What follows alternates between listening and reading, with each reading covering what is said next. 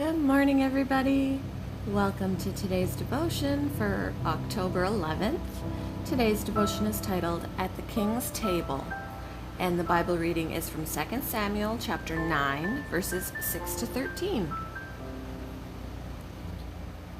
Hi, Shadow. When Mephibosheth, son of Jonathan, the son of Saul, came to David, he bowed down to pay him honor. David said, "Mephibosheth." "At your service," he replied. "Don't be afraid," David said to him, "for I will surely show you kindness for the sake of your father Jonathan. I will restore to you all the land that belonged to your grandfather Saul, and you will always eat at my table." Mephibosheth bowed down and said, "What is your servant that you should notice a dead dog like me?"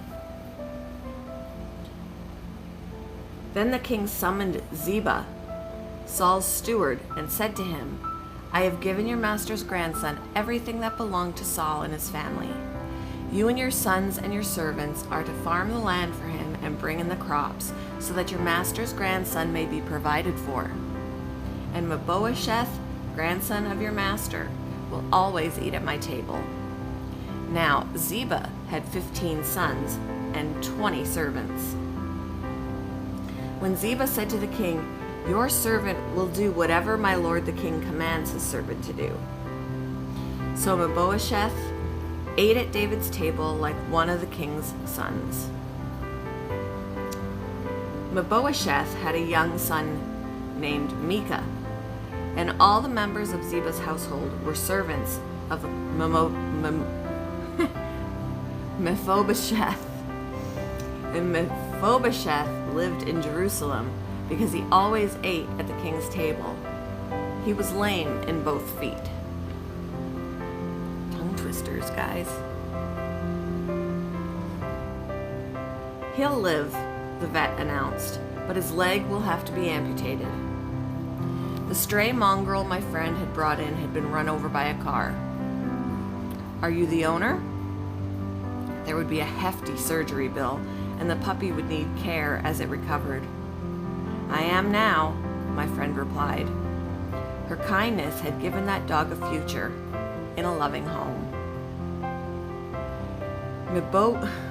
Mephibosheth saw himself as a dead dog, unworthy of favor.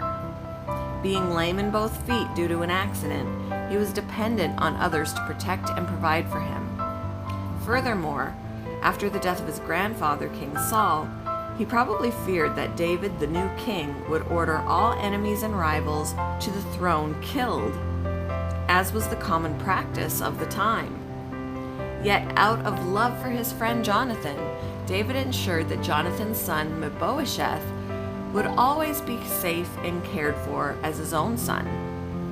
In the same way, we who were once God's enemies, marked for death, have been saved by Jesus and given a place with him in heaven forever.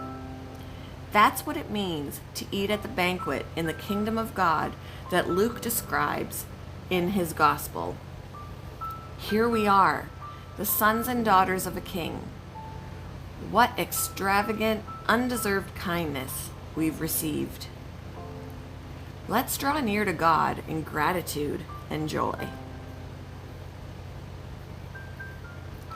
When are you likely to forget that God protects and cares for you? And how could 2 Samuel chapter 9, verses 6 to 13 encourage you during such times? Thank you for joining me for today's devotion, and I hope you all have a wonderful day.